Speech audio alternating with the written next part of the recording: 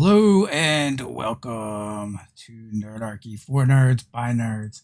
I am Nerdarchist Dave. Tonight I am joined by the full crew: Megan R. Miller, Stephen Partridge, both of which are authors. There's links someplace in the description where you guys can go check out their works and pick up their books. They also write for us over on Nerdarchy. We have Nerdarchist Ted in the house and our content director, Doug, and we will be playing The Moon Rises, as you've seen on the previously kind of gave what was going on before. But if anyone wants to recap last session as they saw it, it was kind of a big night for Blue. So let's start with you, Ted.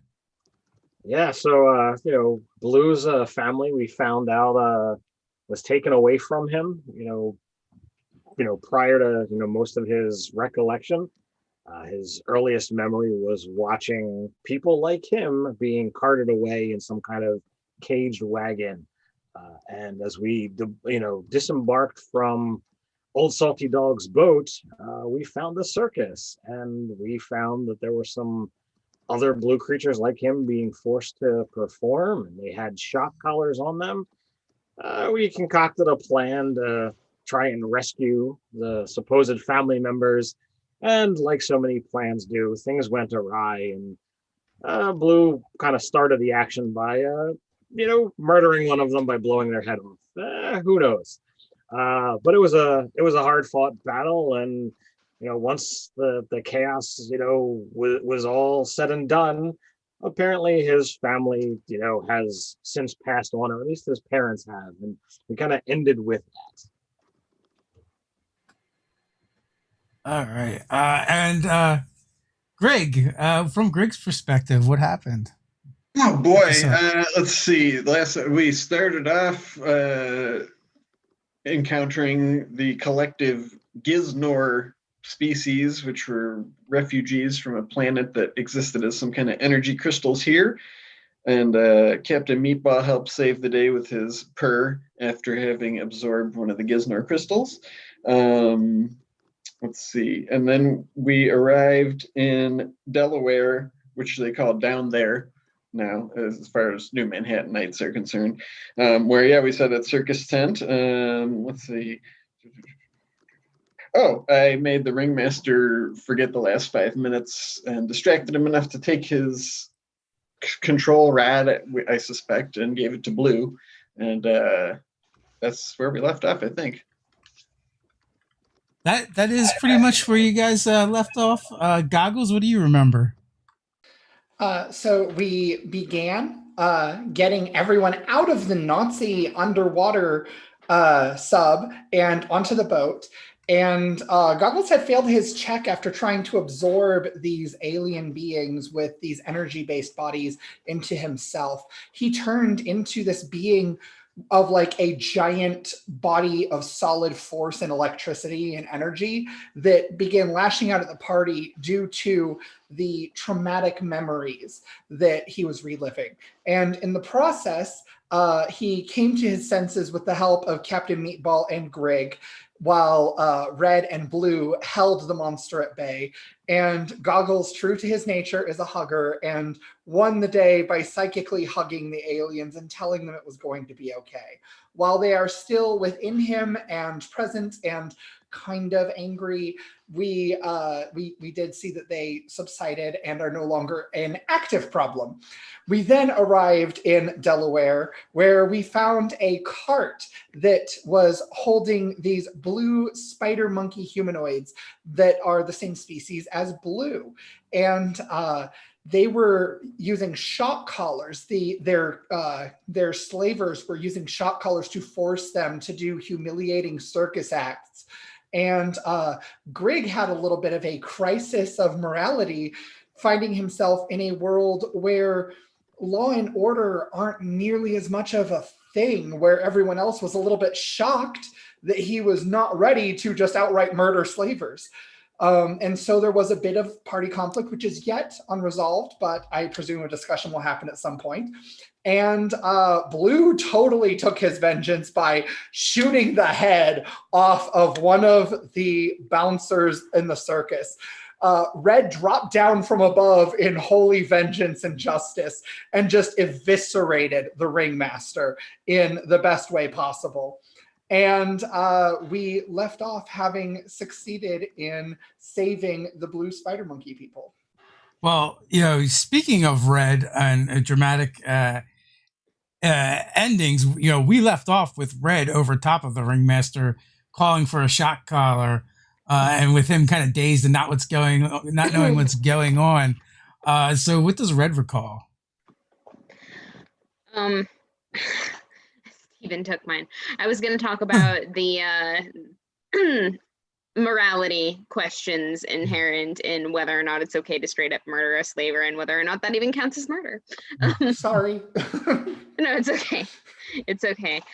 But in all honesty, Greg really did get Red's mind wheels turning. So we're not gonna kill this guy unless Blue really wants to. So let's take things up with the question of, are slavers really people?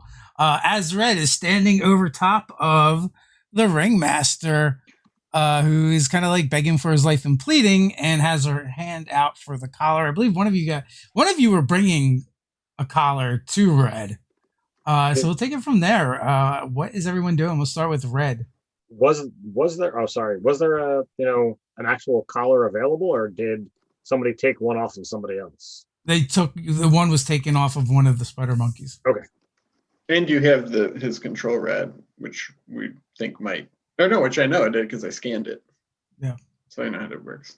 You can use it kind of like a cattle prod, or you can use it to activate the shot collars. Yeah. So let's take things up. Collar lands in Red's hand. What's going on here? She's just gonna put it on this guy, Yeah, so you've easily good for the gander. You easily reached down and put it on him. He's still reeling and confused from having his mind kind of wiped. He's starting to come to, and he sees all of his performers are losing their neckwear. He doesn't see any of his employees around or lackeys. And he doesn't remember the last 5 minutes. Yeah, he doesn't remember the last 5 minutes. And, the tent has cleared out. I mean, the last thing he remembers, he was in the middle of a performance. Now he's on his ass, and a very scary Red is standing above him. Just put the shot collar on him. And then, whoa, what's going on? We can refund your ticket if you want, if you didn't enjoy the show. I look to Blue. So Blue is kind of looking back and forth between the other spider monkeys and this guy in the collar. Do I know how to undo some of the collars? Yeah, you guys had gotten a key off of one of the carnies. Okay, and that's. So I think he'd be more interested in getting the collars off of the other people, other monkeys. Okay, so you're doing that. Maybe some other keys can be found if Goggles or Greg wanted to help or whatever. But that'll take a little bit of time. And they're very much kind of stunned because they've been in captivity with the circus for quite some time. You gather, for as long as they vanished from your life, essentially, that's how long they've been in this servitude to the ringmaster in this carnival, the flying blue monkey circus. I know that was about 3 years ago, as far as Blue can recollect. Yeah, as you get closer, you can kind of see. You see scars here and there. One of them's missing an ear. One of them's got an eye patch. And some of them are a little bit underfed. How are they reacting to everything that's going on? I don't know if perception and insight are the same in this game, but I am perceptive. Yeah, I mean, it's not hard to tell. They seem apprehensive and hopeful at the same time, right? They've kind of gone through this trauma for the last couple years, and they've been trained to kind of stay silent and keep quiet. And when you kind of talk to them, approach with the fact that you yourself are one of the spider monkeys. And I mean, to Red Goggles and Greg, it's really hard to tell them apart. Some of them you can, just because they have things that look a little bit different. Like one of them has a white paw, and one of them has a black paw. Instead of just completely all blue fur. So when they see blue, and you see them, like it's not just visual, it's also an odor thing for you as well, and you start picking out individuals, and some of which you've probably known. It's just, though it's been a long time, it can be up to you how well you remember them. The one did step forward. Even the rest, we can tell that this one looks to be a bit older than the rest. You can see a little bit of silver fur mixed in amongst the blue. Mm-hmm.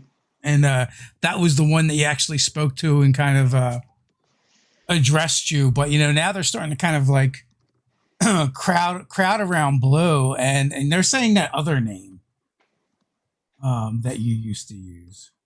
They're kind of whispering it. One of them does, and then it kind of catches amongst the rest of them. And what name is that? Oh, I don't remember. I thought you said there was another name, and then you started going by Blue. Oh, well, he's had several names. He doesn't recall what his family, called him. Yeah. After he left what was his nest and wound up causing a lot of trouble, everyone said he was nothing but trouble, and therefore he went by the name Trouble for a while. Okay. So the name you hear them kind of like muttering then is Poga. I don't recall that name.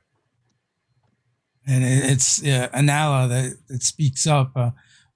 Well, your mother was Penelope and your father was Toga, and they just combined their name to make when they combined to make you.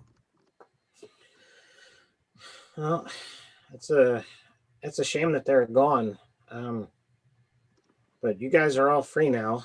I know that there are people behind a walled city some good ways from here.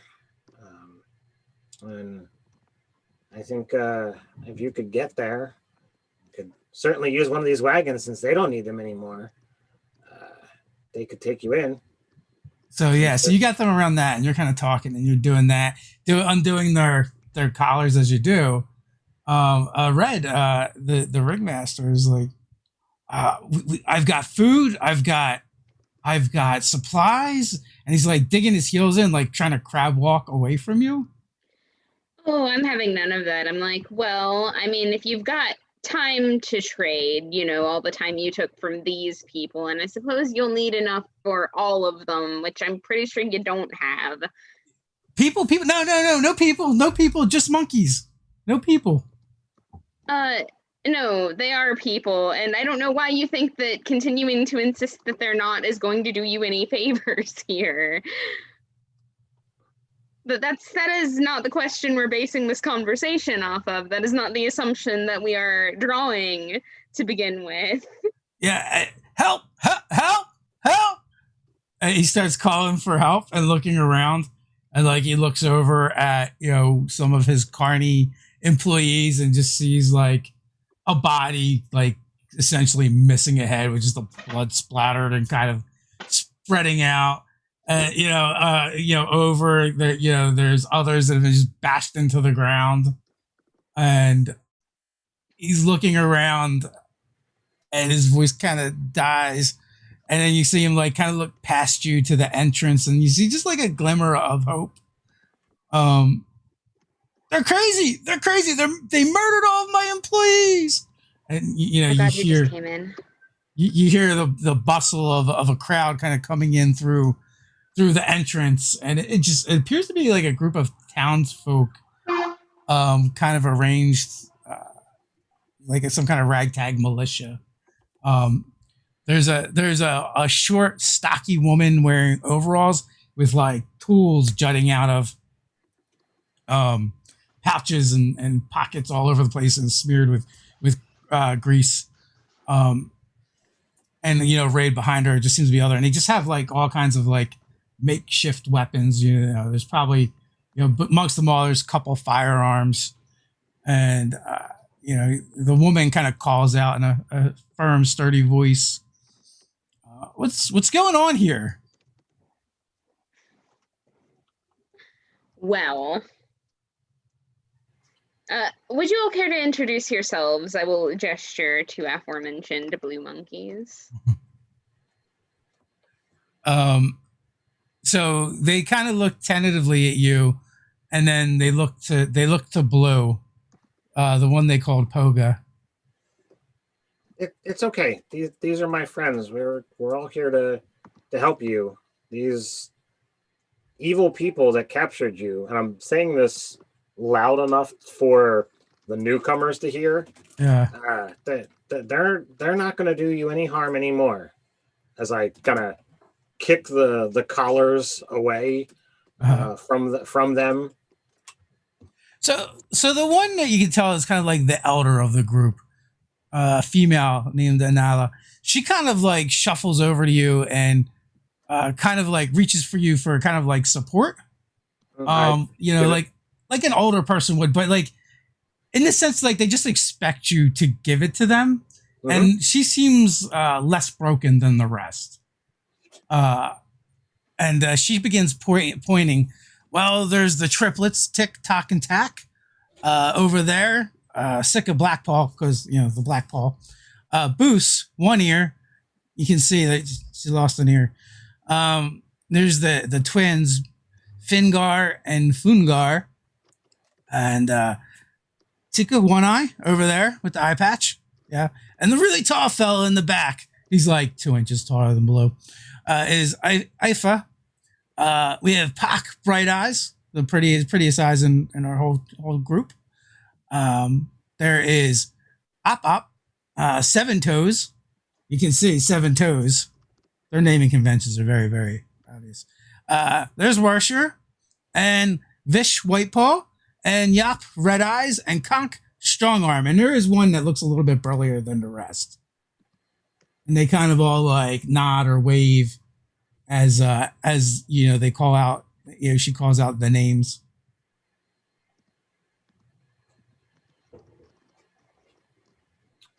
And go on. Sorry. So, what are the newcomers? How are they reacting to the scene?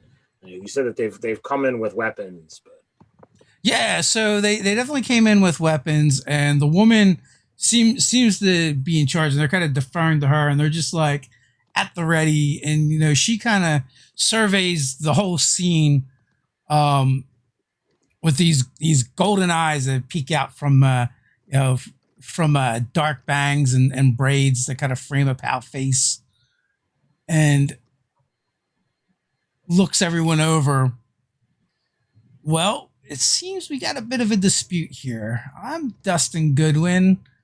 I'm kind of the mayor around here, sort of, and sometimes a sheriff. Mostly just the mechanic.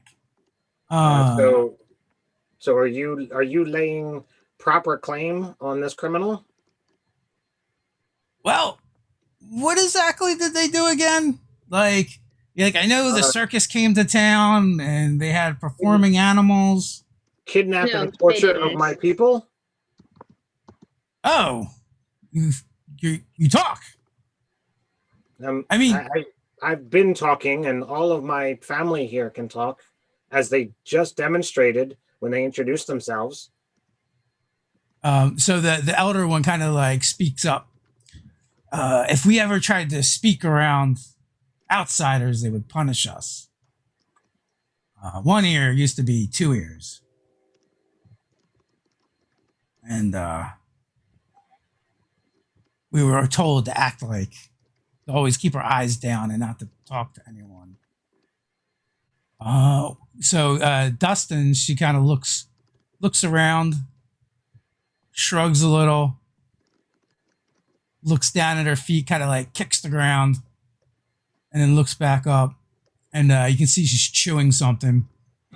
and then spits this glob of chewing the juice out the side of her mouth. Well, I reckon we owe you an apology then. We didn't know that you were people. We just thought you were really talented animals. No.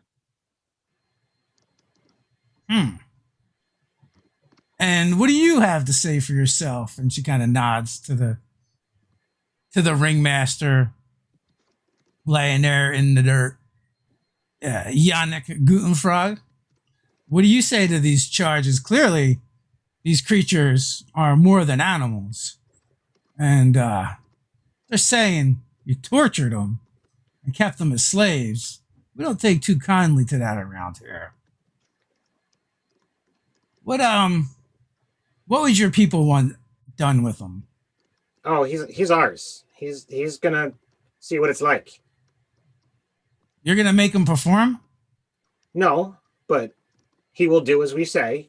He will live with the collar, and if we aren't happy with his actions, he gets the same treatment as he gave my people. Huh. I don't know about that. I mean, Why? sure, you want to hang them up or something. That might be okay, but I don't think it's right to do to him do what unto he did others. to others. Do unto others. Isn't that how it goes? We're not a part of that cult around here.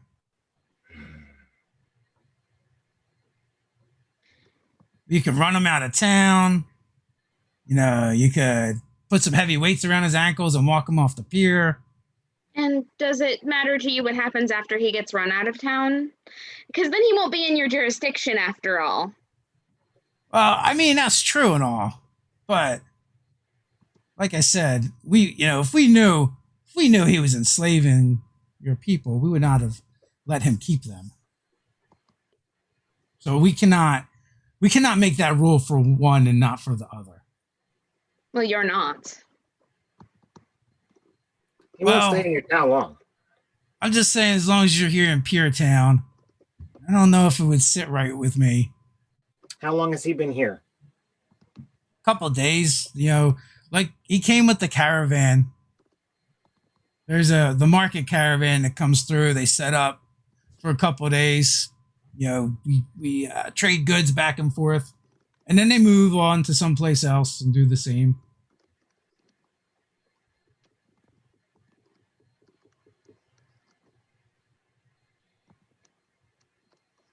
Goggles, Greg? You guys have been kind of quiet.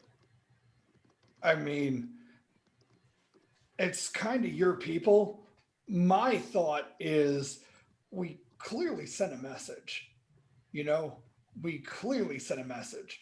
And on the one hand, if you kill a slaver, they can't slave people anymore.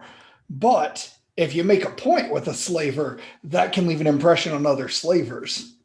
Catch my drift?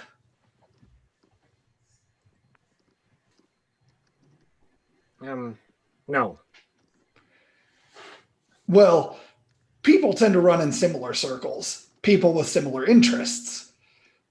You don't believe that this guy just had the idea to make slaves one day, right? Like, he had to see it from somebody. He had to see somebody degrading somebody else and then think it was okay.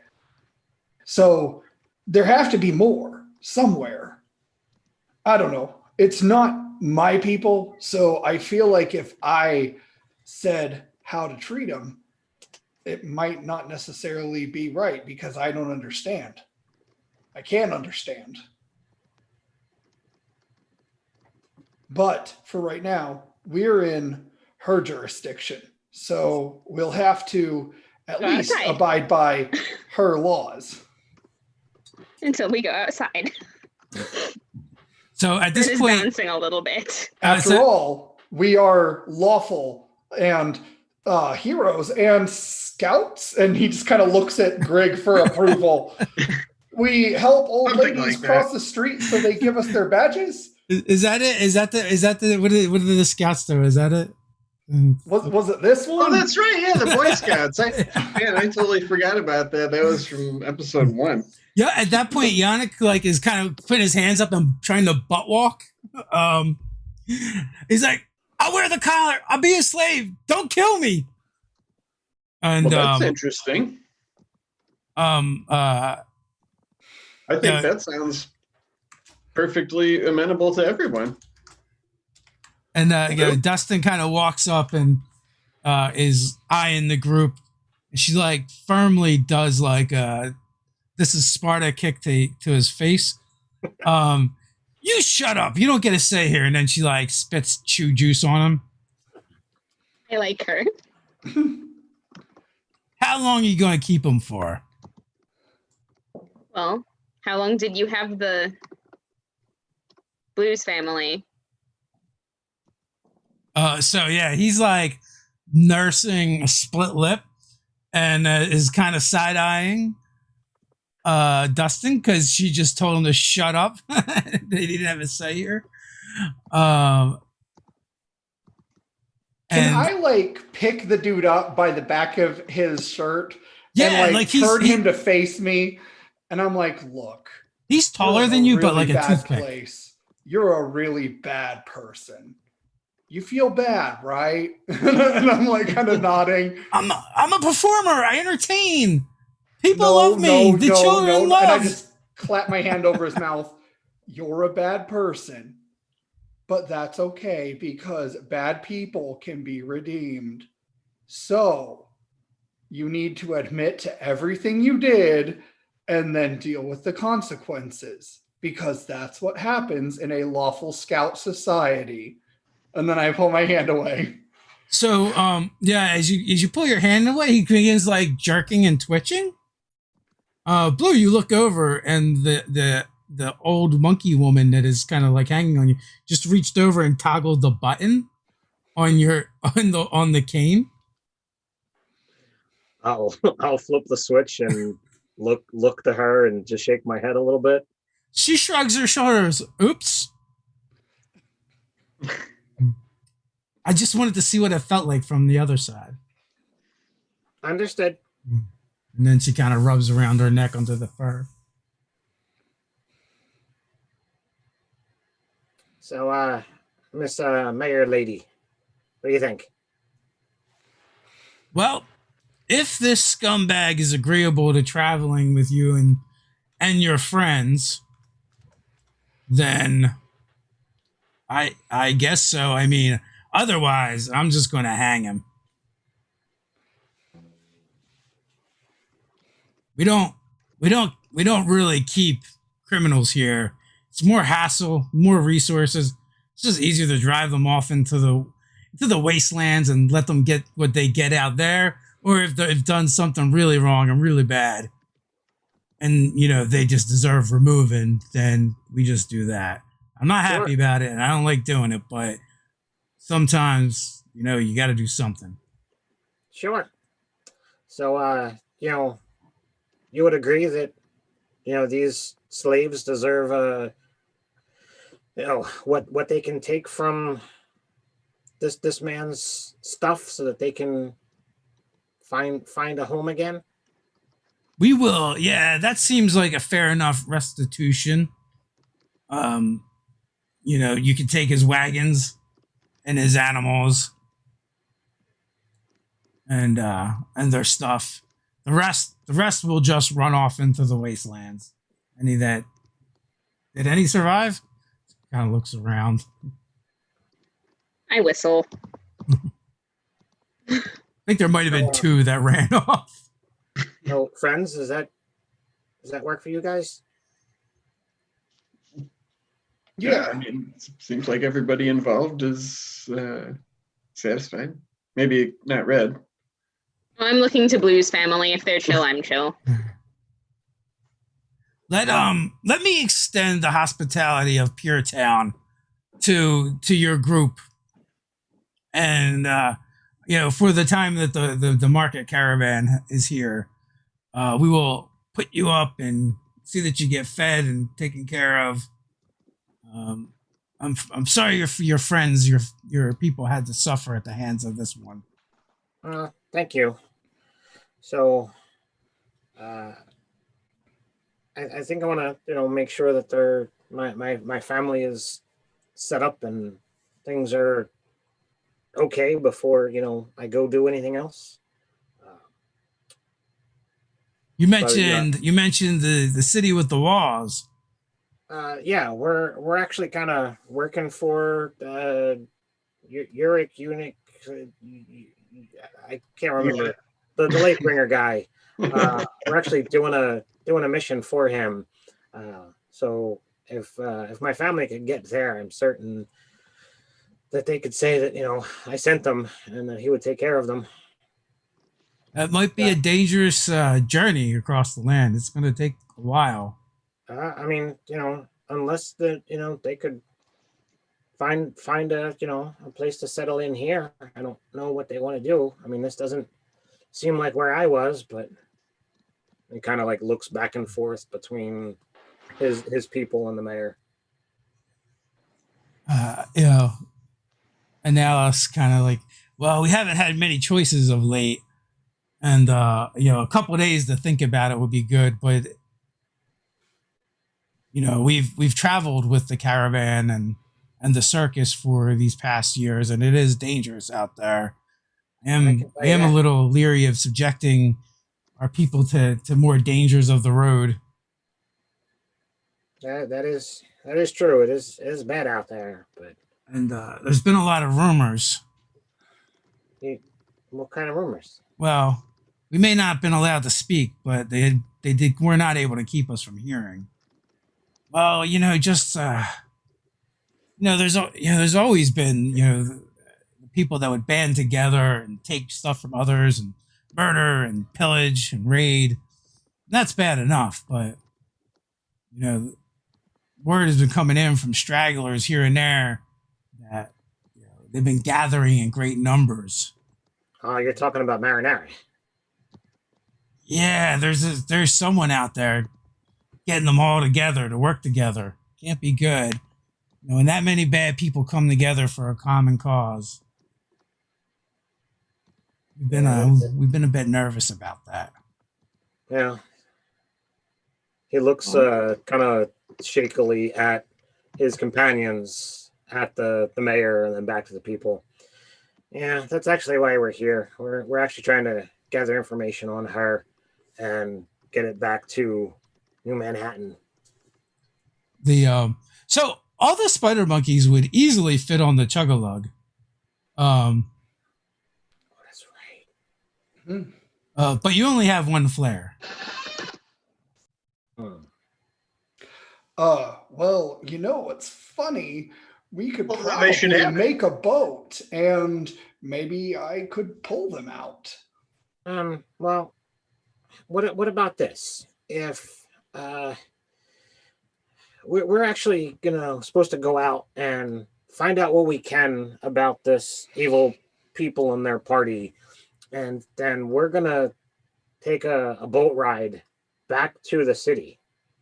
There might just be room for the four of us and all of you if you're willing to hunker down here in this town until we get back.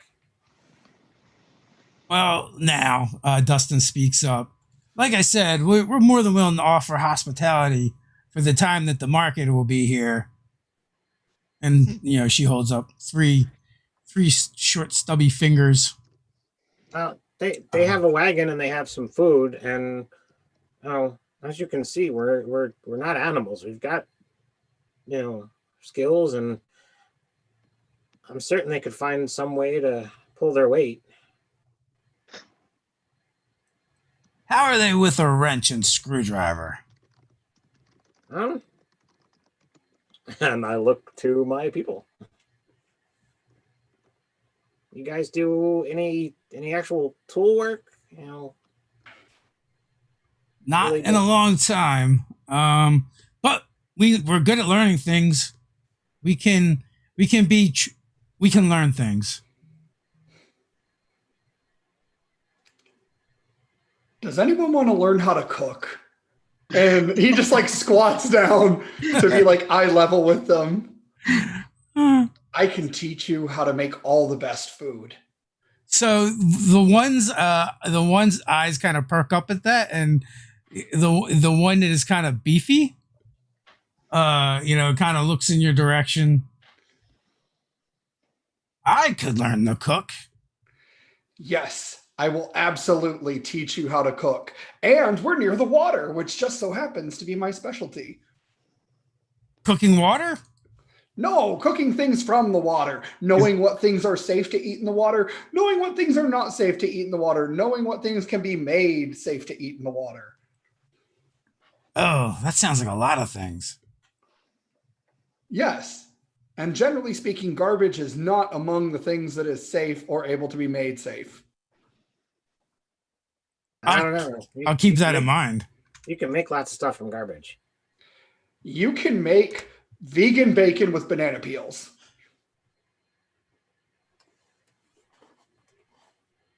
That's about it. I'm just going to take the dude to like go learn how to cook, maybe like find one of the fair food things and figure out how it works and just be like, dip it in the oil, hold it there, then pull it out, you know, As basic Goggles, stuff first. as Goggles and Conk, kind of begin wandering off, you hear Conk ask, "What's a vegan?" Oh, it's people that don't eat any meat or processed foods. They also don't eat animal products. Is there something wrong with them? No milk.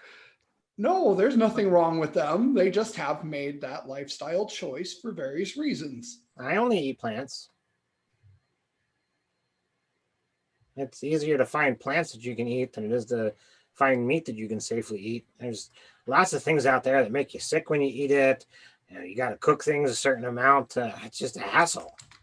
Make a fire to cook the thing, and then something bigger finds your flame. It's a hassle. You just rip the things out of the ground and you eat it.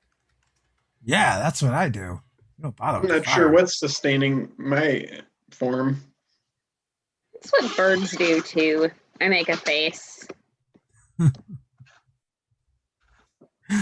So Goggles and Conk wander off to towards the market, and Alice kind of moves over and towards the ringmaster, Yannick, and So we're still all in the tent, right? You're still all in the tent. She Only like holds a out her month. hand towards Blue expectantly. I hand over the rod. So she takes it and begins nudging him with it to get up. And she starts having him empty his pockets. And grabs a key ring and throws it to one of the other spider monkeys. And well, shall we go and see what they've got? Yeah. So they lead you to like the biggest of the wagons, Esparto. Everything is brightly colored and kind of garish with with that emblem of the flying spider monkeys crudely painted on things. And in there is clearly his living quarters / office. And so in most of the towns, and this one's no different, and the circus works the same way, there isn't really a money system. Everything is kind of bartered. So it's just things that are valuable or perceived to be valuable that kind of get traded. So in this wagon, there is all kinds of junk and odds and ends. Some of it is like curiosities. Some of it is clearly food. Some of it is things to kind of be traded. And also, like, even like you guys, when you go to get something or procure something, we're just going to assume you have bits and bobs to buy them with, except for Greg, because, well, you came up from a spaceship and are newly arrived. But the rest of you have been kind of living and surviving in this world. So you see how it is. But yeah, based on what's here, there's plenty to keep you going for a few weeks just in this one wagon alone. Is there anything in there that might be dangerous? Yeah, if you start digging through, and you do find you do find two things. that are, that weird alien tech that you guys have been finding all along. Hmm. And here's one.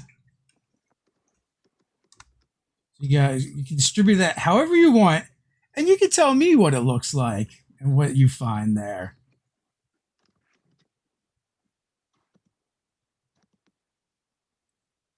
So I don't know if that's of interest to anybody. Oh, always. Then Give me by all on it. means, you can. So I was imagining that most of the time I was just sort of like checking to see if the blues people were okay, sort of just fumbling around, like, oh, is there like blankets or first aid things or a cup of coffee or whatever. So Greg, are you the one that you take the shocker? I mean, if he gives it to me, yeah, of course. Yeah. I'll take all of your ciphers. So what does it look like? What is it? Oh, let's see. Delivered. Boy, and it was in the ringmaster's wagon. Yeah. What does it look like? Maybe like something from our time that he found in a ruins, because it was their future. Electricity. I don't know. It was like an old school taser, like from our time. Like Okay. Like a powerful military grade one. Yeah. So it's exactly that, except for like one of the taser guns that shoots the darts or whatever, just close range. But attached to it underneath is a strange piece of foreign technology that you're not familiar with, and it looks kind of like bioorganic. Whoa. So it looks like someone took a taser and mashed it with something else. Ooh, that's weird. Okay, put a pin in that. And sorry. And then there's another like white box with a red cross on it. And and you open it up, and it is like basically an injector style needle with That's like exactly what I was going to say. Tube of liquid attached to the top of it. And and it, in the inside of it, has an inscription, emergency first aid kit, and there's some other like odds and ends like bandages and stuff like that cool as well. That's also in his wagon. Yeah. Yes. And then like you can find like another wagon that's got like foodstuffs and hardtack and that kind of stuff that they've been kind of using, as well as an abundance of booze. So does anybody want to take the curative? Sure. I mean, if you give I'll it to me, take as I say, I would just immediately use it on your people. Yeah, I've got stuff. I could use more numbers in my might pool. Yeah. But so I mean, so none of the monkeys are really injured. Like anything they have is lasting. Yeah. It's been there, for a while. They do get excited when you get to the here and here. To the supply wagon, and they seem to be excited about the booze. Whatever they want to get ripped. Let them get ripped. And well, you say that, and they get ready to like flood around you like a swarm, right? Like a tsunami of blue fur. But that cane just like whips up out of nowhere, and they all like almost fall over like dominoes. Enough. We do not perform for them anymore, and they will not use the juice on us anymore. No more happy juice. Happy juice? Yes, if we behaved and we didn't talk to people and we performed well, they would reward us with the juice that would make us happy and sleep. So, how much happy juice is there? Like I said, there was a wagon full of it. So well, it's booze. It's just booze, right? But she just called like your people may have not encountered booze before, or they haven't encountered booze before dealing with the circus and the carnival, and they would use it as a way to reward them, but also docile them after the performances. Smart. Not cool, but smart. Well, I want to make sure you guys have enough food, and there does look like to be food in there beyond the happy juice, as you called it. We will use the happy juice, and we will trade the town because they seem to like that as well. And I think we can do without it for a little while. Maybe in the future we can partake, but not now. It's too soon. Smart. So, since you're not going to drink it, can you spare a bottle or two? Yes, I mean, technically it's not ours; it's yours. You freed us. No, absolutely yours. I'm asking permission. But if you don't mind, I'm just going to grab a couple bottles and skedaddle off.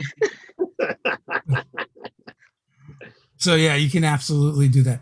So Goggles, what were you looking for in the market?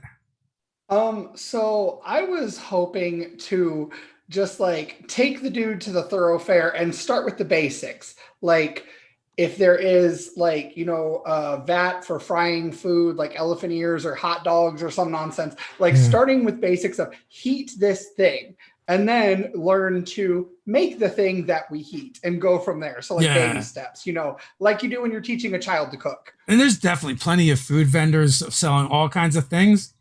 And he's like, what about that? I want to learn how to do that. And there's this like lizard that looks like a miniature iguana that just has a stick that's been shoved down its throat and out the other side, and like they're cooking it on a spit. Mm-hmm. And they seem to, like, you see like a rack of seasonings and stuff. Okay. Above it, and he seems to like stop and is fascinated, and it turns a few more times, the person that's cooking it, he takes it off the fire and then kind of slaps it into this pan with this almost like an amber liquid in it, and then rolls it, and then takes it and slaps it into another pan of what looks, as you see it, is like a powdered sugar or confection, and then flips it over and over, and raises it up and hands it to someone that's there, shopping, and one sweetened honeyed lizard to go. Okay. This looks like an excellent opportunity to learn about spices. And so then I take him and like start having him taste each little bit and like, learn what he likes and tell him to play with it. So he starts putting bizarre combinations together and pretty much seems to like everything and anything. Okay. So he's not going to be a connoisseur you're gathering. So now we have to learn that sometimes other people will not like certain flavors, and then talking him through that bit. I'll try what he made just for the heck of it and see how it tastes. It's not really good at all, but he seems to be eating it and not mind. This is a very good start. And then I'll just like keep coaching him. Yeah. So, I mean, like, you guys are in the one section of the marketplace where, it is all kinds of foods, and they, is people cooking and vending as well, selling vegetables and fruits and animals that have been, captured, some alive, some not, things out of the ocean there. Some things look completely bizarre. Other things look a little more mundane. Mm-hmm. And, you see people of all kinds there. Most of them vaguely look human, but again, like, there's definitely people that have extra fingers or extra toes, webbing, a third eye. There's definitely some inconsistency and oddities. Oh yeah. Like I've grown up with this stuff. This is not fazing me at all. Just like, chilling, making food for people, having him try what he makes sometimes. Generally teaching him the basics of cooking so that like they can survive and not only eat like one food like peanut butter and jelly. So back in the circus, back at where the circus was, Dustin asked, do you want me to set up accommodations here? We do have a tavern / flop house that we can set you up in. How many of your how many of your brethren here are going to want to stay there, or are you going to use the wagons? So I guess I'll help negotiate. I don't know if you want to go through the conversation, but I don't know how trusting my people are going to be of just trying to integrate into the town until we get back. I don't even know whether Denala actually responded with waiting here in town until we get back to go on a boat ride back to the city. Yeah, so she's agreeable to that for sure. She definitely seemed concerned about taking her people out into the wastes and trying to make their way there. Being in the city seems better than that, for sure. And then give them the flare gun. Because then we'll be stuck. Oh, we were never gonna go back that way. Come on, that was like a plan D. Was it? That's what I thought was gonna happen. Oh, what did you think was gonna happen? I have no idea. That's why I'm completely down to leave it up to chance. This actually really amuses me both as a player and as Red, but I also understand it is not like the optimum decision we could be making. I mean, we could always have a conversation with old salty dog and get my family to safety. I mean, that would be super awesome. That'd definitely be super awesome.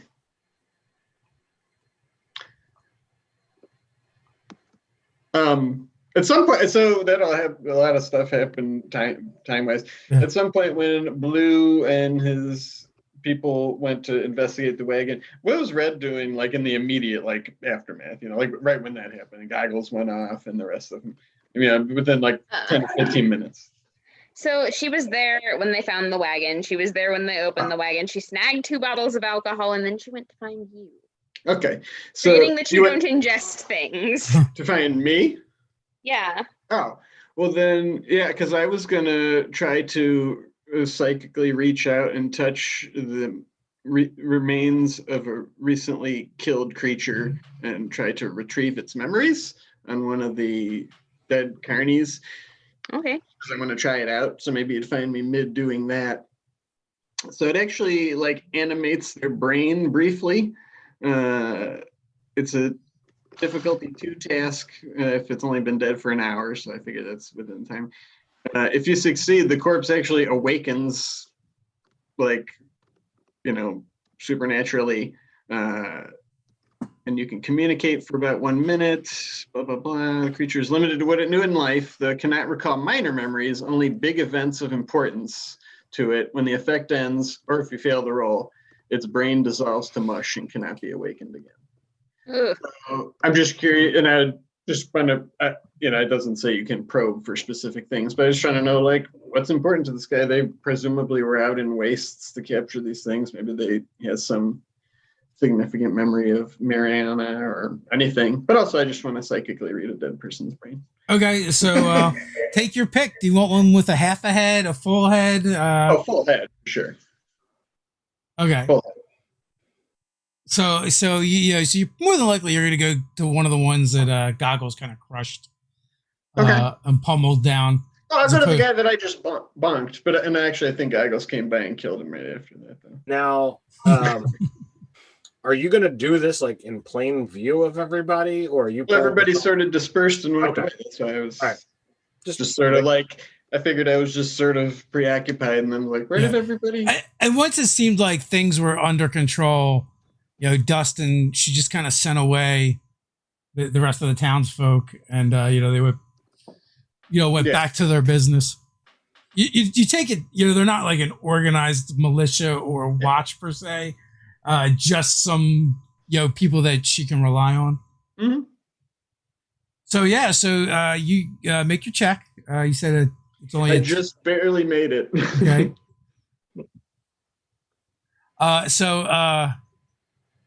One of the carnies sits up, kind of looking dumbfounded, and blinks and looks around. And I had this terrible dream that I was killed by a crab monster. Yes, it was a terrible dream. What other terrible dreams have you had? Well, I had this terrible soul crushing job where I have to order around monkeys all day. And they're very, very disrespectful creatures. Occasionally you have to shock them to get them to behave. Now, I was the one that always had to clean out their cages and shovel the poop and, bring them the food. Okay, your brain's going to turn to mush in like 30 seconds. What do you know about Mariana, the Merciless, or the Waste? Anything? Oh, yeah, we travel through the waste with our caravan from settlement to settlement like this. And, we make a fortune with the performing monkeys. That was a great idea Yannick had. It was brilliant to bring in all those monkeys. People love them, especially the kids. They make them smile. So if I had any sort of mental direction over this, I'd want to just like seize on those memories of where they went and at least try to have some knowledge of like navigating the wastes. Yeah, so even if it's anything. Yeah, so you kind of get this caravan map route in your head that they kind of travel. Mm-hmm. And they've deviated recently from their normal. And they kind of did like a switchback move. Instead of continuing northwest the way they would normally, because of the forces of the warlords and this crazy warlord Amarana has been gathering and absorbing anything that seems like it might be remotely useful to them into their collective. And Yannick didn't want any parts of that. He did not want to mess with the all those warlords. Also, warlords tend to be cheapskates, and if they don't kill you and take your stuff, they definitely don't pay for the performance. So he was like avoiding that like the plague, and like literally they went to like one other settlement that is northwest of here, and that was like their turn back point, where they would have kept going and probably traveled maybe all the way up to towards New Manhattan. Oh, okay. If not for that. So, from here south seems to be out of the range of the territory of the warlords that are gathering, at least according to this guy, as far as he knew. And anything else you're looking for? No, that's it. Just, I never tried it before. I just was curious what would happen. And like, as far as images of, the warlords, you get a lot of different variations and versions of basically the Chainsaw Association. Oh, really? That's like their MO. Like, well, different themes. You can different spot a warlord by the chainsaw trikes. Like that's their theme, but there is different ones. But it's basically like the same collective of hardened individuals that are rather unpleasant. Boy, this is an insurmountable force. Okay. So maybe as Red walks in, his brain's dissolving to mush. Yeah, and he falls back over. Boom. Yeah. Were you playing puppet with the dead man? Well, I was kind of figuring that, I'm still existing just as some sort of psychic ghost, for lack of a better term. So maybe there was some kind of ambient energy that was kept in the brain shortly after death. So I just sort of reached out my mind to see if I could, to test my theory, and I was correct. Oh, so there was somebody in there still? Just the ambient brain activity of the recently dead. So what does that say about you? I must have some powerful brain activity, right? Maybe my brain's still in a jar somewhere. Or maybe you're just incredibly stubborn. Or that. I did survive landing on a comet after a fashion. So you good? Like, I know that was a lot. Oh, it was just the initial bloodbath, but after that, things seemed to go relatively normal for our time and place. It seemed like Blue and his people were happy. I couldn't believe the ringmaster wanted to wear a collar. That seems serendipitous. Nah, he just didn't want to die. Well, nobody does. I mean, case in point, right? I suppose. I mean, I would have been glad to break his face, but Sure. you know, these people this seem makes like everybody real happy. a-holes. Pardon my French.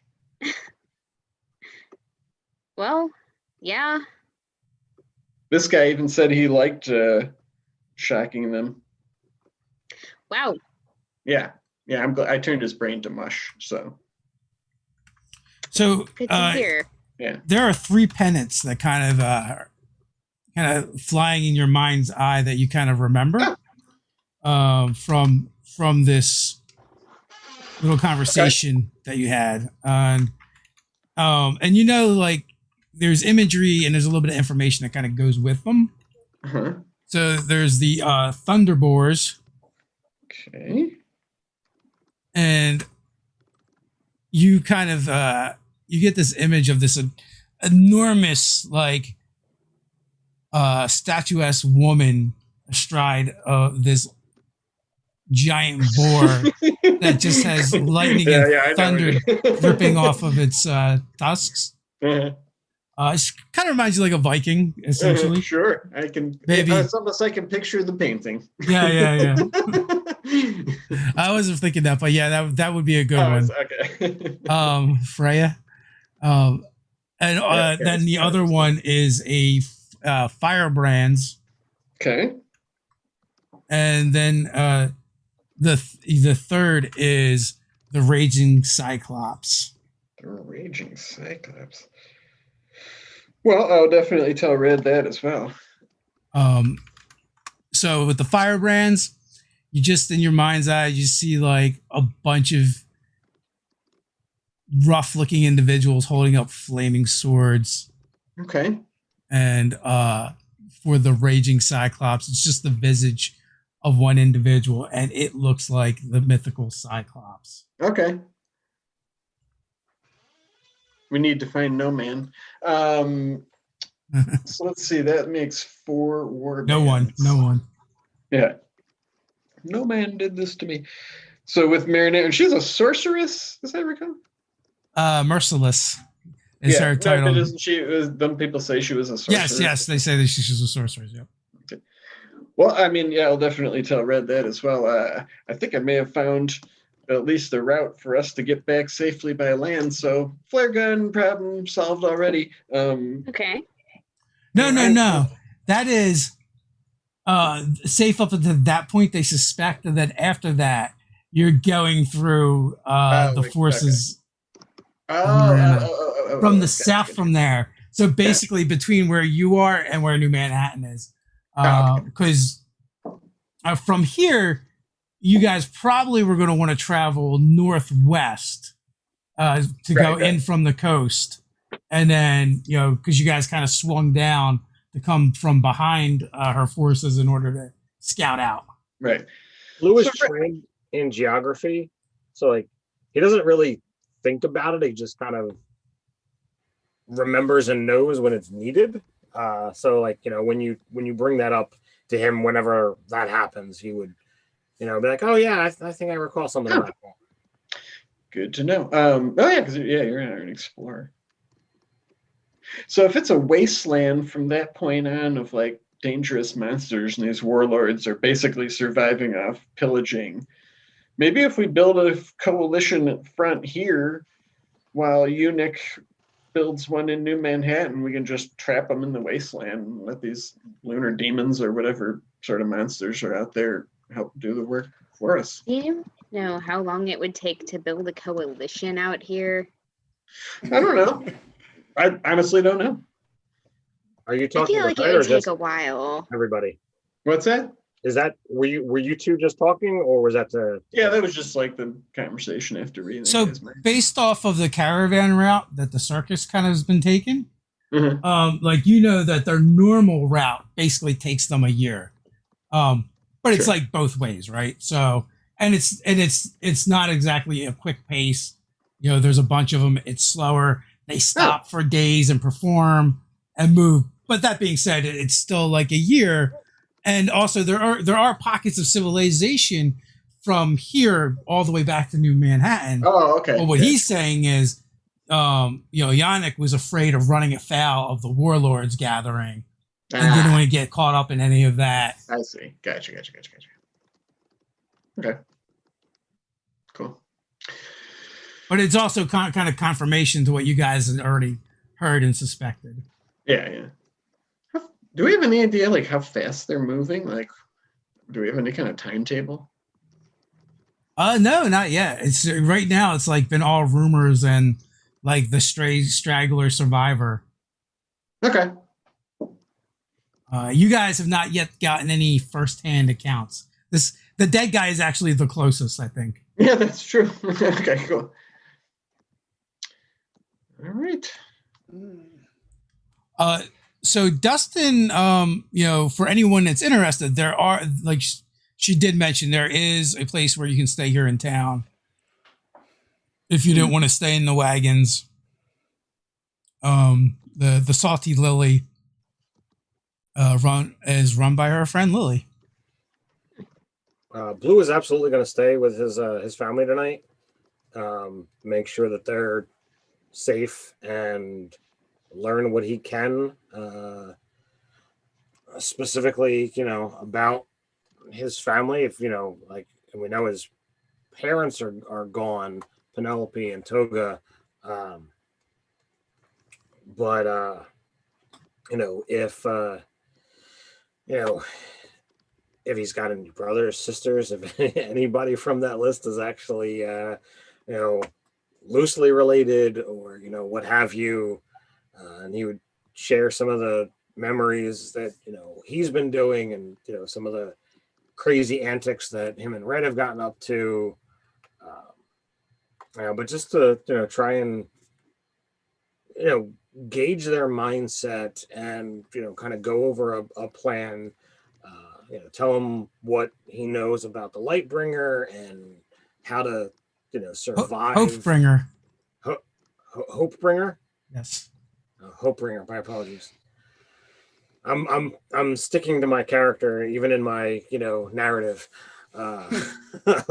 Purposely messing up words. So one of the things that they immediately want to do is gather all the wagons and kind of circle them, and they kind of build a large but low fire in the center of it all. And as you kind of watch them do this brings back memories. It's very almost ritualistic on how they go about doing it, and they all partake in it. And once the fire is going, they kind of gather around it into a circle, and they all begin grooming each other, except for Anala. She's getting groomed, but she's not doing any grooming. And almost in like intoning in a chant, she begins telling the history of their clan, of their tribe, and all the way back from the time the monster rode the sky, and onward. So like this goes on for a while, and you kind of see like a familiarity, but like also like something that hasn't been done in a while. And then as it goes on, they kind of just sink into it. And as she kind of like tells the story, they like echo her in telling the story as well. And you kind of listen to something you have not heard in years. And it's kind of like the tale of your people. And this is like a nightly ritual for them on holy days. And today being the day that they gained their freedom, they're choosing to enact this ritual again. And you are actually brought up and given a spot next to Anala. And you probably kind of get the urge to groom, but you're not allowed to. But you get groomed at the same time. So the two of you are kind of at the head of the circle, or the beginning of the circle, if you would. And you recall from your youth that this is the ritual, and the head of the tribe or the clan or people of importance don't do the grooming, they tell the tale. And like, you telling your story, they actually like, now it kind of coaches you in a way to hear your story, but also make it part of the ritual. Okay. And So we're all together for this? you can be. Okay. Oh, really? Um, Is that cool with Blue and That's fine. his people? Oh yeah, I would love to do that. I mean, too. as long as Denala wouldn't object, Right. I want to approach Red. Anala, sorry. Well, I was saying with a D. What do you want to do, Goggles? I want to approach Red while this is happening. She's like off to the side watching this go on, specifically watching Blue, and it's like very clear on her face that it's occurred to her that like he's really happy here and these are his people, and what if he decides to stay? Mm-hmm. Yeah. You just kind of feel Goggles' hand on your shoulder, and he's like, I know. He looks like he belongs here. Yep. Are you okay? As long as he's okay, I will be. What is Blue's demeanor when this is going on? Blue's usually very glum and gloomy, and speaking of doom, but these are like you're experiencing things you've not experienced in years, and this is like your childhood rushing back all at once. Blue is very confused. He's trying his best not to let the confusion set in. This has been a big day. His family has been found, but his parents are dead. He out and out killed somebody that, albeit they were bad, but that dude wasn't even aware that he was there. Like he's definitely killed before, but it's not been like from a sniper's roost. So like all of these things are kind of welling in him, and he's happy that his family is freed and going to be safe, but he still has things to do, and the concept of family is something that he knows, and there's definitely a connection here, but it's not the same. He has been, well, he hasn't been with Goggles and Grig quite as long. He's been with Red for quite a long time, and we've got a mission to do. She's just as much family as the 16 blue monkeys that he's currently with. Yeah, I mean, Blue has been with Red since a couple names ago. And from the spot where you are in the circle, you could see the spot you would have occupied as a child, the spot where you don't actually get groomed. You just do the grooming of the next spider monkey in the hierarchy above you. Mm-hmm. Mm-hmm. It's not necessarily like a terrible place. You're still a part of it, but everyone has their place in the tribe, in the troop. Totally. And had you not said something, or had I not been pulled to the front, as this started to happen, that's where I was going to say, like, I'll just join the back of the line and help out, because that's what it looks like I should be doing. But so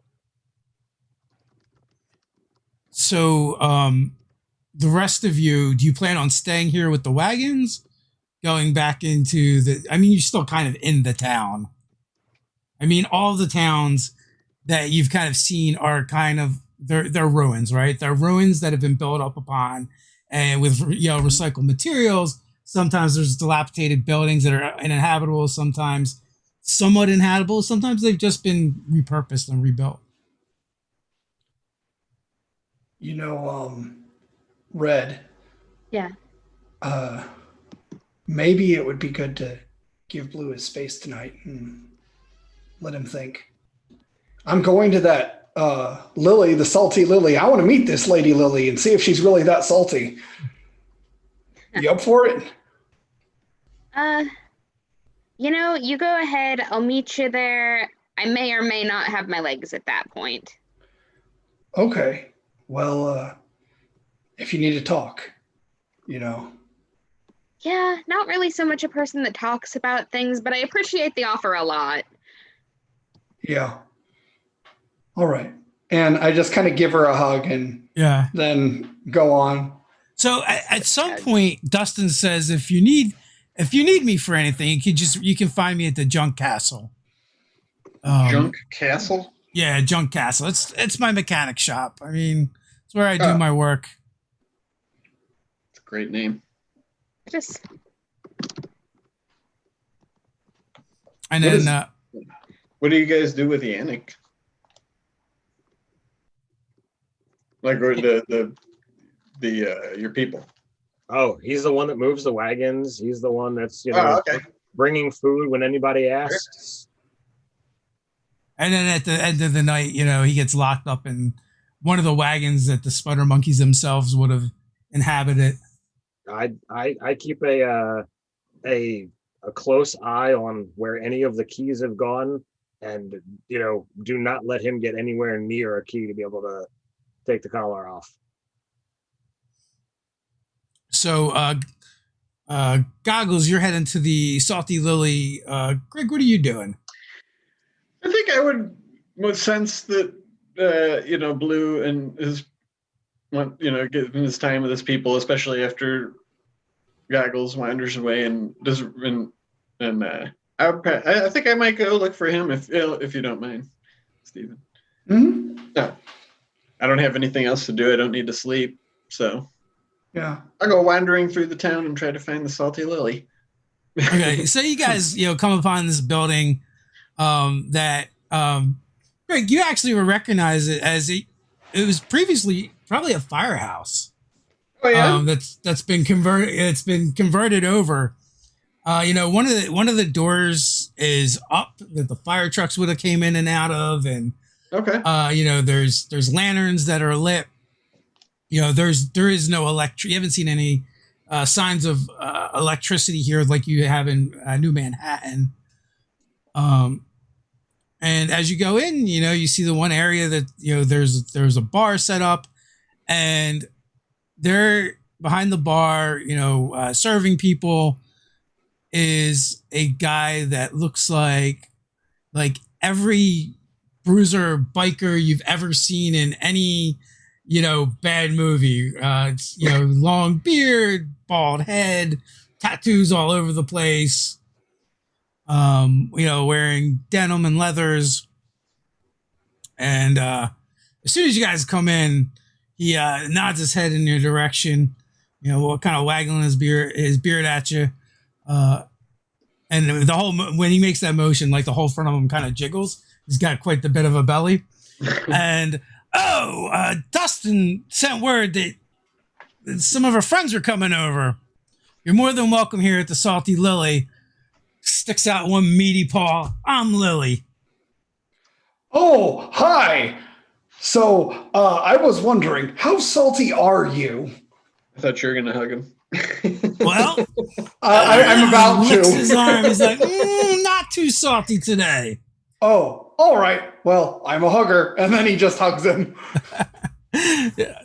Oh, you are a hugger. Nice to meet you. This You're is a big great. guy too. And he starts like pawing at your biceps. What can I get you to drink? Well, I would like whatever the house special is. But my friend here, Greg, he doesn't eat too much, but he enjoys company. I do. Well, He's you're in the right also very place. pleasant company. Did you know he's a scout? A scout. Oh, I swear. like goes out and sees what's out there, comes back and reports the information. Exactly that. Yes, and he also defeats evil and helps old women cross the street and takes their badges. It's great. What are these badges you speak of?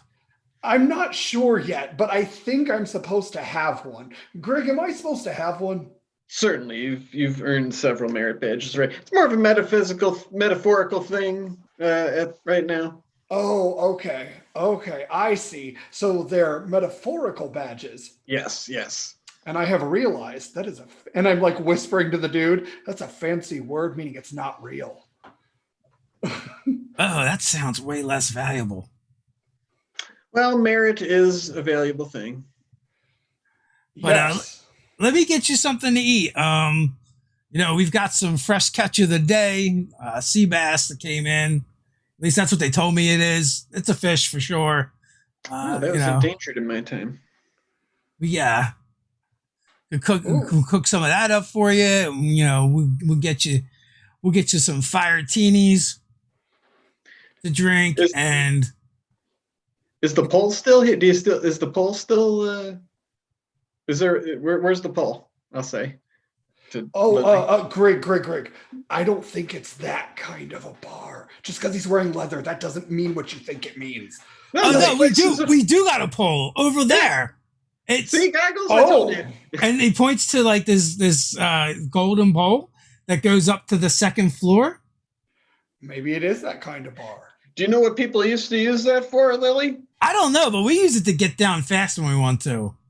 That's exactly what they used it for back in the day, too. This was a firehouse. People would be alerted when there was a fire going on nearby, and they would slide down those poles and get in big red trucks and tear through the city streets with their sirens blazing to put out fires. I've heard of trucks. I've never actually seen a truck. At least not one that would, go. I seen the wreckage of one time. I don't know if it was a fire truck or not. I don't think it was red. It wasn't on fire. Yeah. You say it wasn't on fire? It wasn't on fire. It was kind of rusty and had been there a long time. But they have teeny fires here. Yes. That's right. So we found the book. Circle back around, Goggles. We found the book all about fighting fires. Oh. So a lot of our menu and drinks are based out of things in that book. Oh my. Resourceful. Can I see the book?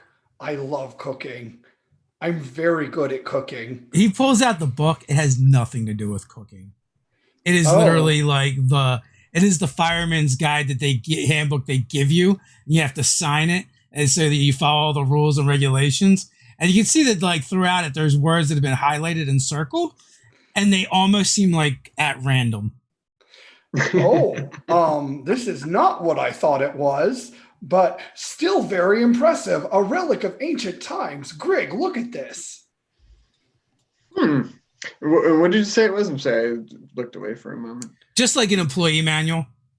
Oh, so it's got like technical terms and stuff. Yeah, and a lot of those are what are circled, and they use them to make up names for their dishes. Okay. Well, this is a good example of the kind of sometimes monotonous structure that existed just a mere 50 years ago, Goggles. But rules, were these people regulations, scouts too? Sort of. They were dedicated to civic service. Oh, so they were scouts. That makes sense. Yeah, sort of. Sure. The spirit was there. Metaphorically, they were scouts. Oh, well, that's confusing now. From the bits and pieces that I've read, there are axemen, and there's like a fireman's axe on the wall behind the bar hanging up. There are axemen, and they would fight fires. And, I think when they died, they went to a special heaven where other axemen would go that fought fires. Oh. That's a part of fireman lore I did not know. But sure. Yeah, that's really interesting. I had no idea these people were religious. It's a whole brotherhood. And then he points at like another like big shield on the wall, not like a shield, but like a badge that's kind of blown up with all the regalia of a firefighter on it. Huh. Interesting. Yeah, most of this town was a wreck when we came here, but this place was pretty intact. Yeah, it's incredible that it survived. I wonder, do you think that any of the descendants of these people still practice their religion? I don't know. I try and follow it the best I can. There's a lot of red in here. I think Red would like this place. Red is our friend, not the color. But she does wear a lot of red and a gas mask. We have some of those. Oh, really? Maybe she's descended from fire people. Yeah, come here. And he grabs you and drags you upstairs. And there's a couple like lockers that are kind of dented and rusted. They look like they've been kind of like cleaned up and painted. So they tried to preserve them, and opens it up, and there is like a full-on firefighter gear in the one that he opens. There's the tanks and the mask and, you know, the jacket and the boots. Like that. And it's a different kind of gas mask because there's the shields. Yeah, It's similar. It's definitely a gas mask. Tell me, Lily, have you ever timed yourself for fun, you know, when nobody's around? For what? Like getting the gear on, sliding down the pole, see how fast you can do it. Oh, that's what they did? I think so. I may be glamorizing it a bit. I don't know. Wow. We don't know all the specifics. I mean, we just found the stuff in this book. Something about demerits, and you have to sign it. There were just a lot of cool words in there, honestly. And I thought if we put it in front of or behind the word fish and, you know, drink or special, we would just sell more stuff. Well, okay. So it's been working. It got my attention. Yeah, so, but anyway, we do have plenty of extra space. You know, I'll actually set you guys up with a room if you want it. You know, most of it, what we offer is floor space, and people are kind of traveling in and out. But since Dustin sent you over and said that the town kind of owed you a little bit of a debt for fixing a wrong that happened here, to put you up and take care of you, and the tab was on her for the time that you're here. At least when the market ends anyway. So you got 3 days. Oh, well, thank you very much. But anyway, I should get back to the rest of the guests. Right. If you need anything, let me know. You know, go grab a table. We'll send over some of that sea bass I was telling you about. Okay. Well, thank you very much. It was so nice to meet you, Lily. It was nice to meet you as well, Goggles and Greg. You've some of the more interesting travelers to come in, and they thank you. He's talking to you. He's like, "You guys go, you know, walk back down." Or when it gets ready to walk down, and it gives Greg a wink and like does this run, kind of like jumps and grabs the pole, and swings around it a couple times, and then just slides down. I'm gonna slide down that pole, Goggles. Is that how it goes? You just grab it and go? Yeah. I don't know what the policy is on public sliding, but go for it. I won't tell anybody. Okay. And I grab the pole. Yeah. And then, like, very cautiously, like, oh dear, here it goes. And before you know it, you're on the ground. And Lily's standing there with his fists on his hips. It's fun, isn't it? You know, he's bobbing his head, his whole beard is flying everywhere. It's definitely something. And I just kind of pat the pole and walk back. Is it like a bar / place that has? Yeah. It's kind of like a bar, tavern. You know, it's modern, but not at the same time because of reasons. Sure. Was it busy? Red, do you have anything in particular you want to get up to? I mean, Red is just completely blasted right now. Like, okay. That's what she's doing. All right, so you're able to find some place where you can kind of hole up, that you kind of squeeze yourself into, where you kind of feel safe and secure, but also you can kind of like survey what's going on around you. Yeah, she's not dealing with her feelings in a healthy adult fashion today. I think it depends who you ask, but and Blue, back at the caravan. Anything else going on before, at the end of this ritual, they tend to break up and find some place to bed down. So he's just, we don't need to go into it, but he's just trying to learn who these people are, see what the individuals are thinking in regards to, a free life as opposed to slaves. Give them the time to, share if they want any of the horror stories they've had. And, I guess to some degree, learn about, Penelope and Toga, what they thought of what happened to me. If they refer to him as Poga, he kind of goes with it, even though in his brain he's still blue. Yeah. But So, he's got. Go ahead. I want to say one of the things that kind of surfaces is kind of like one of your last memories of your parents, and that was them stashing you in kind of like an enclave in a tree and covering it over and telling you to be quiet and giving you like one of your favorite treats. Okay. And then, the last thing you see is them covering you over.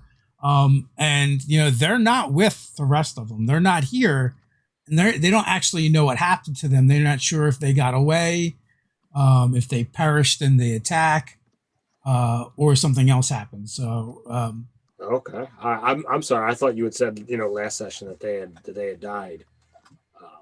Crap. So they could still be out there.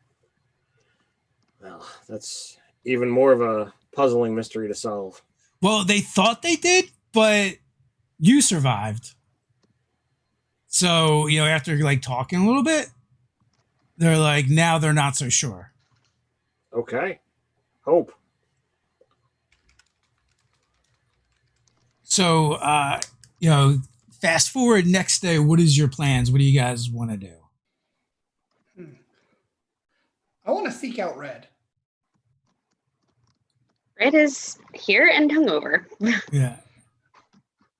So I eventually stumbled my way into the Salty Lily and like found a room and got up early for breakfast and ordered like a couple raw eggs and some pickle juice. Like, so how are you holding up? all things considered, pretty good. What about you? I feel like you're lying to me, but okay. Like, Sorry. Just let me lie. Can I discern her truthfulness? Her demeanor? Yes. I have a training in that. I feel like you've known me long enough at this point that, yeah, you can tell she is lying through her teeth. Like, yes. Like, but, I am sitting in a room on fire saying this is fine.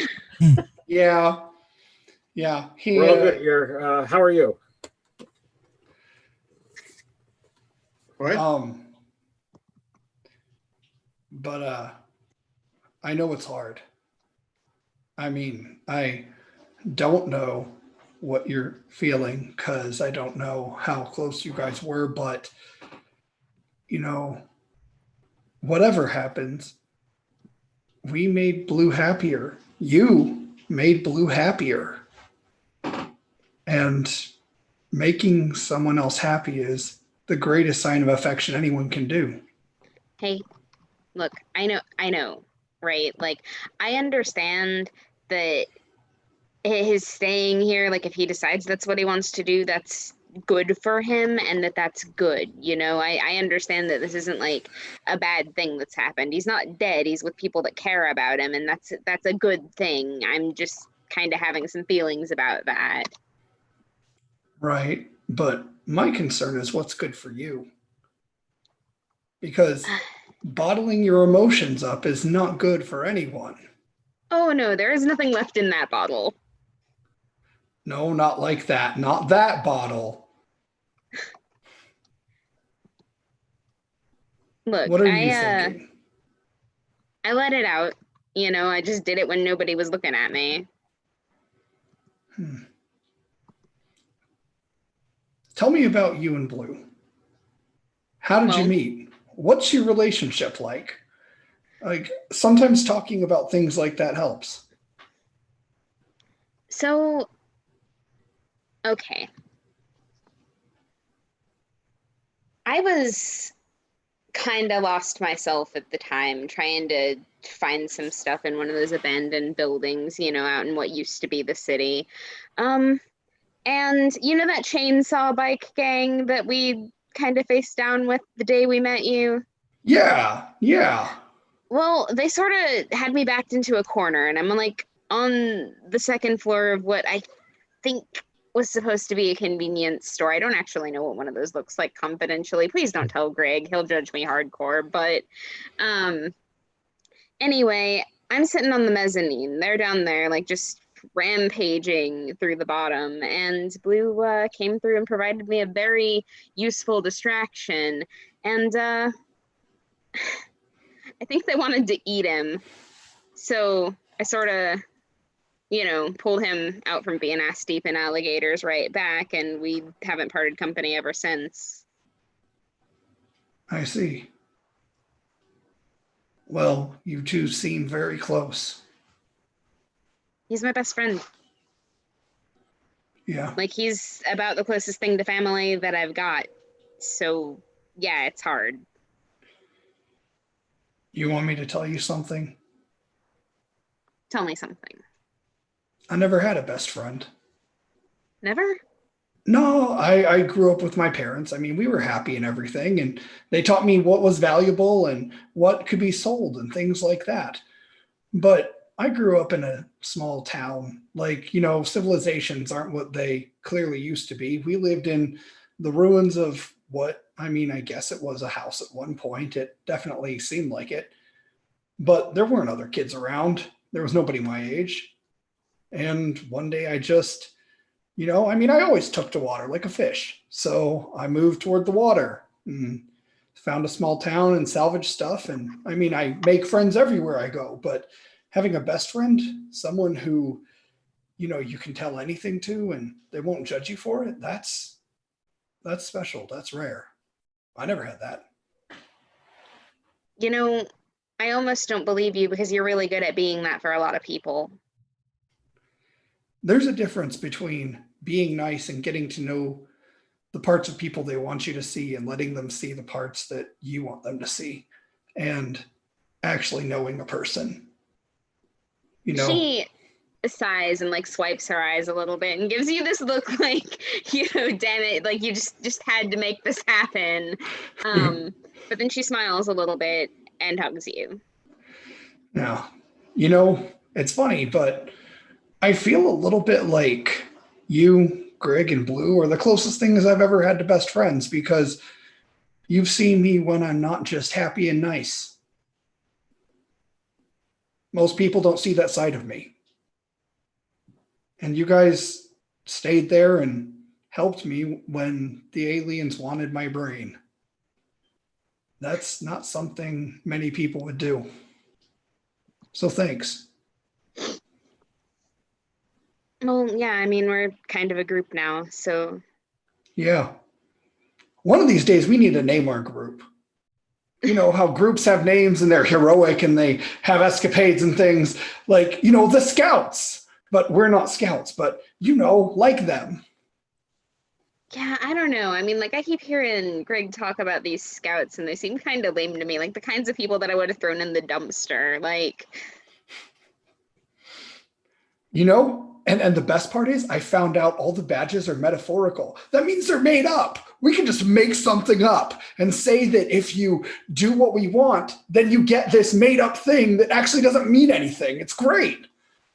That seems like a really good way to keep control of that's actually pretty brilliant. I'm down with the Scouts. That's the name of your group, Down with the Scouts. Why do you think I introduced it to those trike guys? Oh. But you know what? I'm thankful for you. I'm thankful for Greg, and I'm thankful for Blue. And I'll still be thankful for you, even if Unik chooses you, because he is totally the handsomest man I've ever seen. Oh my God. Lily's pretty close, though. Look at what? Lily though. Lily's pretty close too. Like he's kind of my type too, but I don't know if he swings that way. So I'm like, I don't want to ruin a good thing. We definitely got in good with this guy, and I don't want to mess it up. Goggles, the man's name is Lily. Yes. Ask. Well, I'm scared. Do you want me to like sit in the back for moral support? I don't know. I don't know what I want. Okay, we'll take some time to think about that. Day. It's been a busy few days. And Oh. between teaching the monkeys how to cook, or the blue monkeys how to cook, and teaching teaching everyone about the scouts, because Grig is inspirational with the scouts. He's so inspirational about the scouts and He's everything. So It's just about the scouts. It's been a lot. It's been My a lot. bubble is blushing. You know what? Maybe we just need to like take a day to chill and like actually sit down and plan out what the next move is, instead of immediately moving to the next phase as soon as we have an idea for one. Like, Yeah. we were on the water for a while. We punched some undead Nazis. We just, I think I saw something in Ancient Adam's apartment when we were there, just something in passing. It mentioned something about like beach episode as a trope or something. Maybe we need a beach episode. That would have been relaxing if there weren't mutant crabs crawling out of the water every 5 minutes, but... Yeah, but metaphorically, see, it's fake. We're not actually going to the beach. Right, like the It's a lie. badges. Yes, exactly. And maybe we can invite Blue to come along, so, he can have some relaxation too. The guy clearly needs it. I mean, he feels like the entire world's out to get him. And I mean, after yesterday, I kind of believe him. Yeah, that makes some kind of sense. Well, Just want to interject one thing. Fur, sand, and salt water. That's why it's a metaphorical beach episode. So I would say at this point, Greg, you come wandering in for exploration, and you see Red and Goggles seem to be like engrossed in this really deep, intimate conversation. Was that in the evening or in the morning? Morning. Mm-hmm. Yeah. Red's eyes right now probably match her cloak. I'm going to use my fire step to go up the pole slowly and float up to where they're talking to up in that room where we were. Okay. So I'll just come creepily like... Yeah, and like in the second level there's a half wall, so you can like look out over the floor below and kind of see the bar and where people hang out, and there's a couple tables up here. What are we talking about? Oh, friendship and scouts. And we are totally going to call ourselves the Scouts. Really? I love that. Yes. Just the four of us, or are we talking about everybody that we've, recruited so far? Oh, no. Us. Just us. Okay. Yes. And I write it out as SKOWTZ and then like hold it up and be like, see, doesn't it look great even on paper? I nod like I see no problem with this. Yeah. Shout out to Brian for the idea.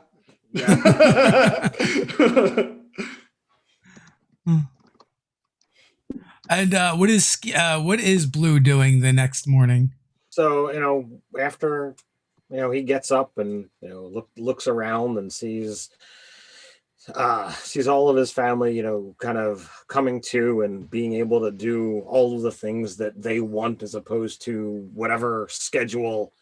I tell Anala, that I'll be back for the ringmaster and the scepter. It's at some point in time, but I've got some things I need to do, and I'm going to go track down the others.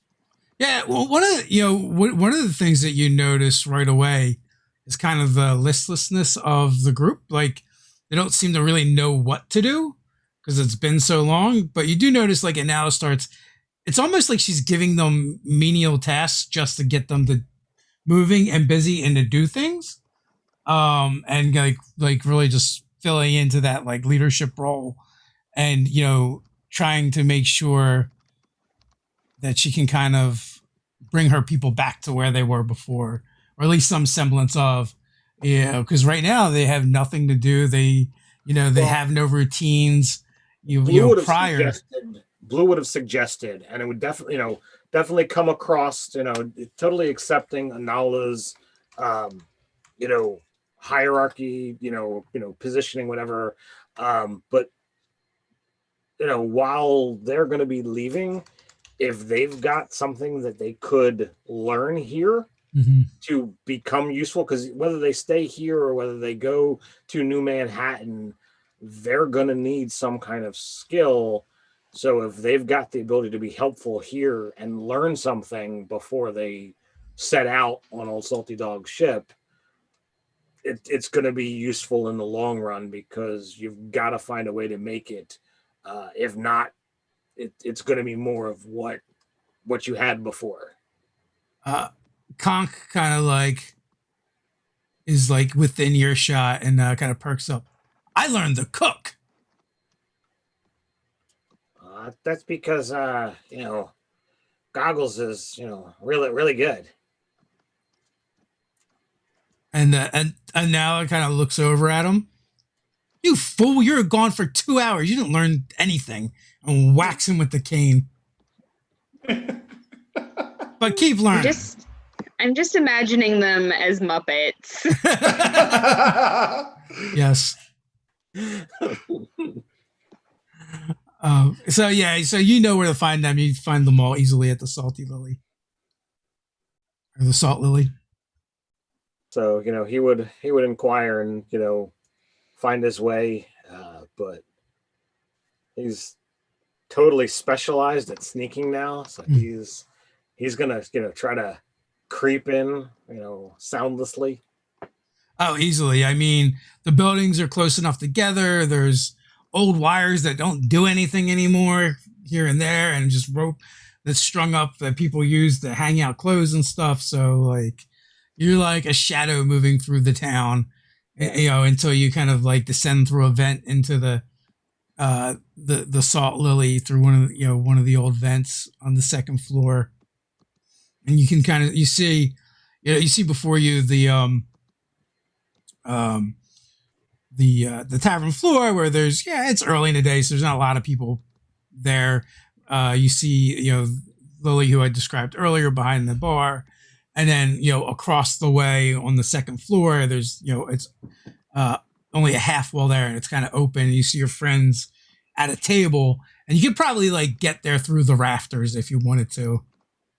Yeah. So I if I've got liberty, when Goggles holds up the sign, we're the scouts now, totally just drop down. I really have no fear of falling anymore, because safe fall, I can fall 50 feet without taking any damage. It's super crazy. So like he'll totally drop down like, yes, we're the scouts. Blue. Oh, hi, Blue. We were just talking about metaphorically having a beach episode day. Sand and fur, not fun. Sand, fur, and water, really not fun. Right, that's why it's metaphorical. It's a lie. I didn't Greg say lying is bad? Did Red doesn't have. Not if you're doing it metaphorically. Anyway, it's not a lie if you believe it.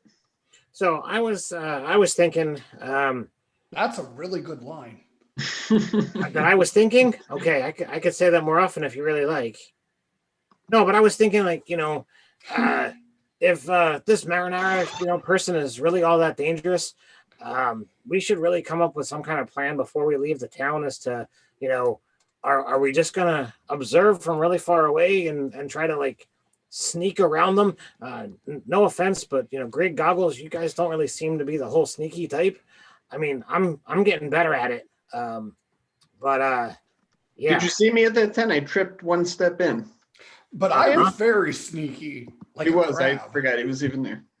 I didn't see him. Are you still coming with us? Yeah, we got a mission to do. I'm just gonna pick him up and hug him. Just big spin. All right, we can do all the planning that you want. Just let me know when you feel comfortable with what we've got. Yeah. So, really haven't discussed much, but I've traveled quite a bit, and I don't really think about it. But I've traveled, so I've got some knowledge of the landscape that we might be able to use. And I'm pretty good at observation, so we gotta pool our strengths and see what all we can come up with and do. Because he said that the Hope Bringer said that there's quite a lot of them, and we're only 4. So I don't think that we're going to be able to take them on. So like this is information gathering, right? Right. Right. Unless they confront us, and then it's not information gathering anymore. Well, then yeah, let's try to avoid that. Well, if they confront us, I think we, at least Red and I talked about it, like, backup plan of, hey, we're here to join, and we let Red do the talking. That's true. We could do that. If we get to that point, I think we're in some serious trouble, though. That's thanks. No, I meant. I grin like I'm joking too. Oh. I mean, this force is pretty mighty from what I'm able to glean. Well, I mean, we really should be prepared for serious trouble because, I mean, if we don't, and it happens, then it's just oh, what kind of plan can you pull out your bum, and right. that can be bad. But if we think that bad stuff is going to happen and we've got a plan for it, then we've at least got something. I just thought of something. Always be prepared, Blue. Blue. Yeah. You took off some of those collars without using a key. Yeah.